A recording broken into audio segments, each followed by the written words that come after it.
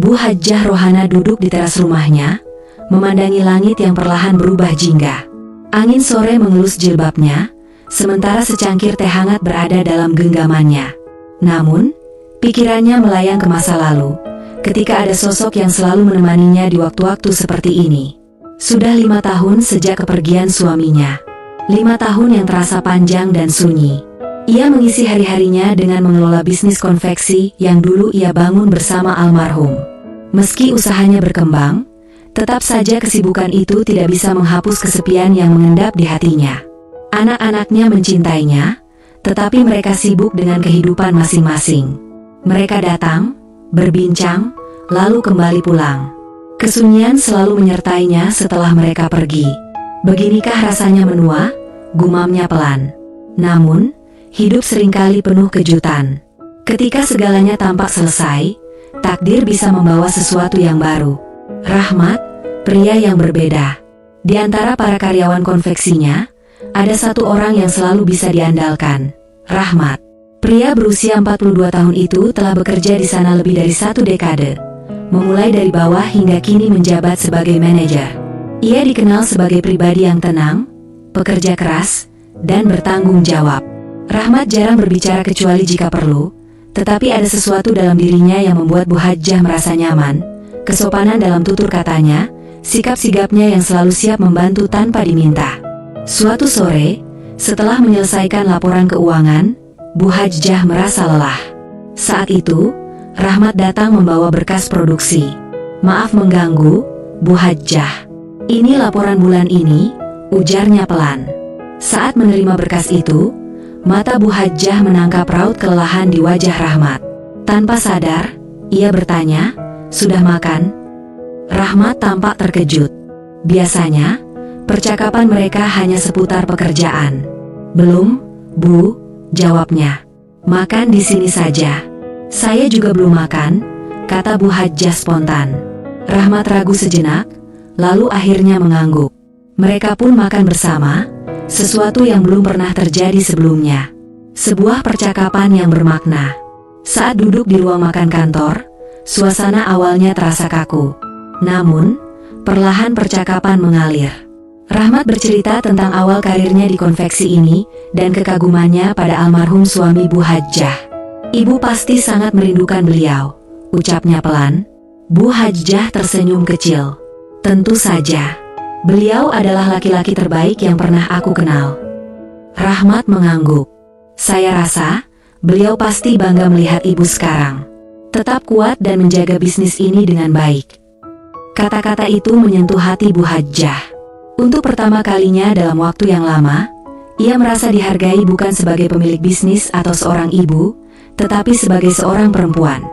Dan malam itu, ada sesuatu dalam dirinya yang mulai berubah. Perasaan yang tumbuh. Sejak pertemuan itu, Bu Hajjah mulai menyadari sesuatu. Ia menantikan kehadiran Rahmat di ruangannya, mencari sosoknya di antara para pekerja.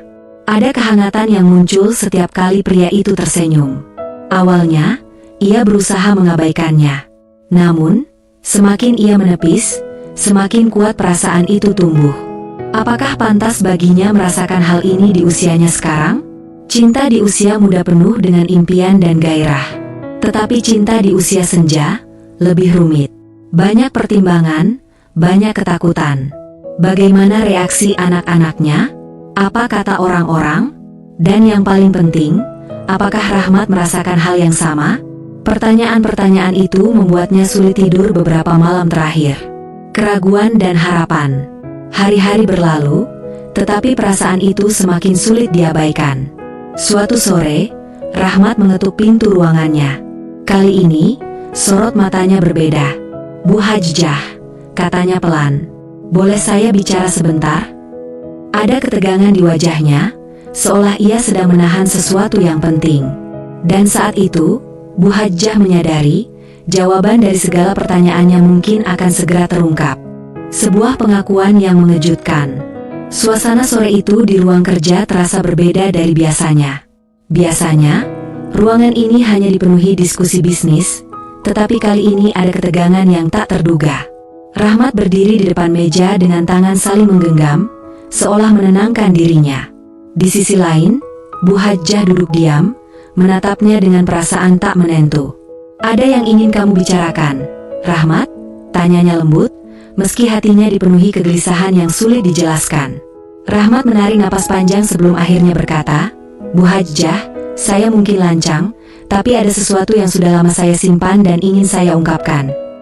Degup jantung Bu Hajjah semakin cepat. Ia tak tahu apa yang akan dikatakan Rahmat, tetapi firasatnya mengatakan ini bukan sekadar percakapan biasa.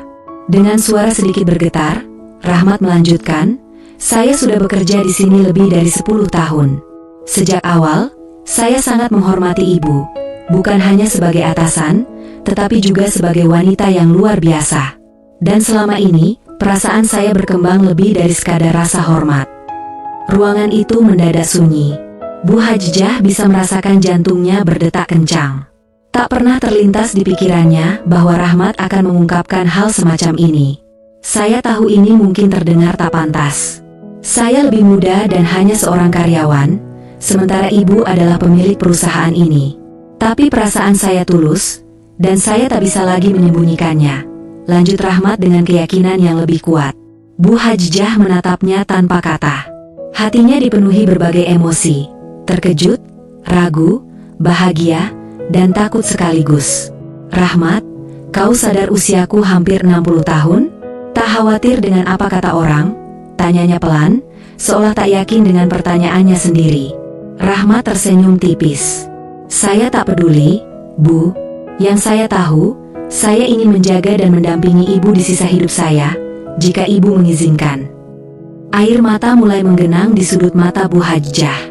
Ia tak pernah menduga akan mendengar kata-kata seperti ini, apalagi di usianya yang sekarang. Pergulatan batin dan keputusan sulit.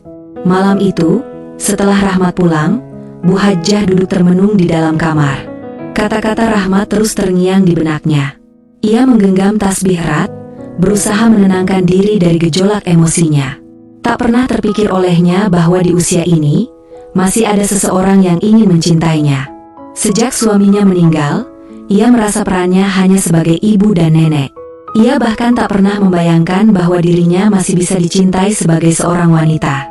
Namun, ketakutan pun muncul. Bagaimana reaksi anak-anaknya? Apa kata orang-orang di sekitarnya? Akankah mereka menganggapnya terlalu tua untuk merasakan cinta lagi? Dalam kegelisahannya, ia meraih ponselnya dan mengetik pesan singkat kepada anak sulungnya, "Ahmad, nak, jika ibu ingin menikah lagi, apakah itu salah?" Tanpa berpikir panjang, ia mengirim pesan itu. Namun, setelah terkirim, jantungnya berdebar lebih kencang. Tak lama kemudian, balasan datang. "Ibu berhak bahagia. Jika itu yang ibu inginkan, kami akan mendukung." Mata Bu Hajjah mulai berkaca-kaca. Ia tak menyangka anak-anaknya bisa menerima hal ini tanpa banyak pertanyaan. Namun, satu pertanyaan besar masih tersisa dalam benaknya. Apakah ia sendiri benar-benar siap menerima cinta Rahmat? Tantangan dari lingkungan.